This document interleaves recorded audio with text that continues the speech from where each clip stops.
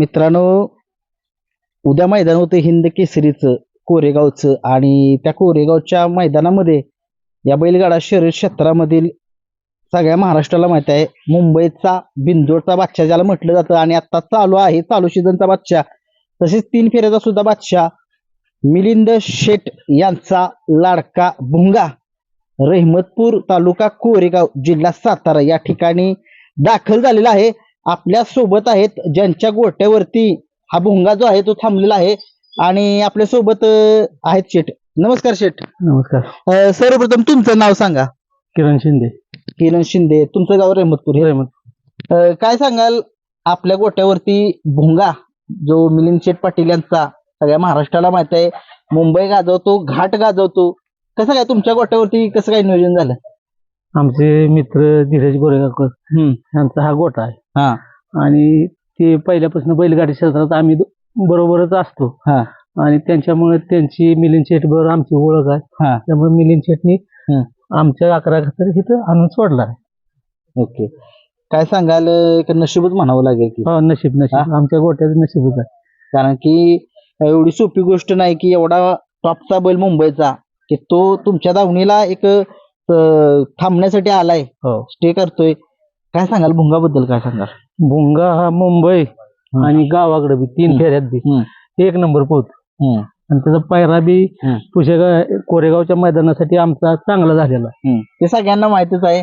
सगळ्या महाराष्ट्राला माहित आहे की मिलिंद शेठ पाटील यांचा भुंगा आणि या बैलगाडा शर्यत क्षेत्रामध्ये ज्याला 3 फेऱ्याचा बादशाह म्हटलं जातं आणि मुंबईचा सलग 5 वर्ष बिंजोडचा बादशाह राहिलेला आहे आणि अजूनही पळतोय असा हा राहुल पाटील आडवलीकर कल्याण यांचं काळीज, सगळ्या महाराष्ट्राचं काळीज. मथुर 1001 आणि भुंगा ही जोडी सज्ज आहे. काय सांगाल या जोडीबद्दल?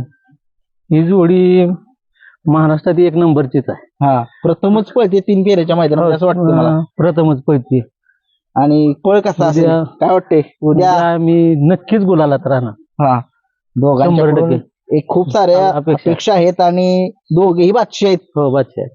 दोघेही मुंबई आणि घाट या 3 फेऱ्यामध्ये दोघांचं नाव आहे. आणि राहुल दादा कधी येणार आहेत? काय राहुल दादा उद्याच येणार आहे. उद्या उद्याच येणार आहे. बर. किती वाजता काल पोहोचला आपल्या दावणीला? काल 7 वाजता पोहोचला. रात्री 7 वाजता पोहोचला. सकाळी 7 वाजता. ओके. सकाळी झालं. मग आता वैरण वगैरे खातोय का? खातोय ना. ठीक आहे. आपल्याला रहमतपूर या ठिकाणी जरा लोकेशन सांगा.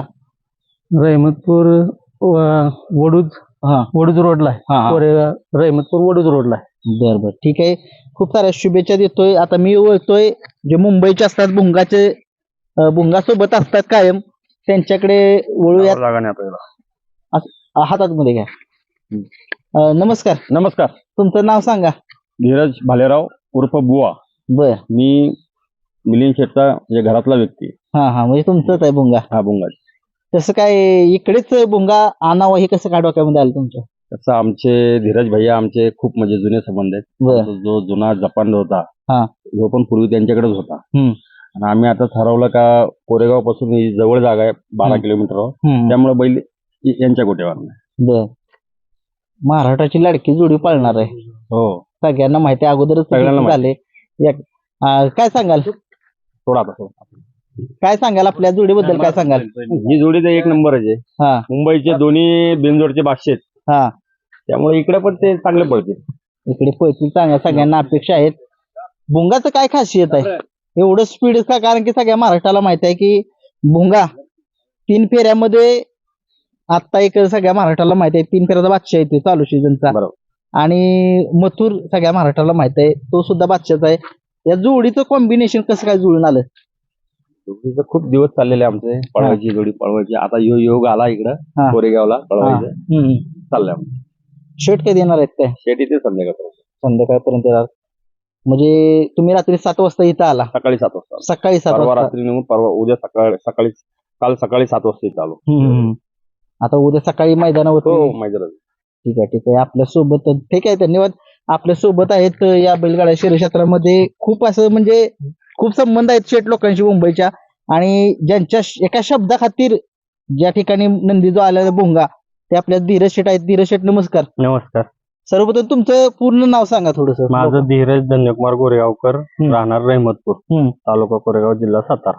तुमचे आणि मिलिंद शेठचे संबंध कसे काय आहेत? पहिला जपान पळत होता त्यावेळेसपासून संबंध म्हणजे ओळख शेठची जुनी ओळख आहे. जुनी ओळख आहे. जपान पण आपल्यापाशी होता. बर. कुशेगावला एक दिवस मैदान चालू झालं का त्यावेळेस पण जपान आपल्याकडेच उतरला होता.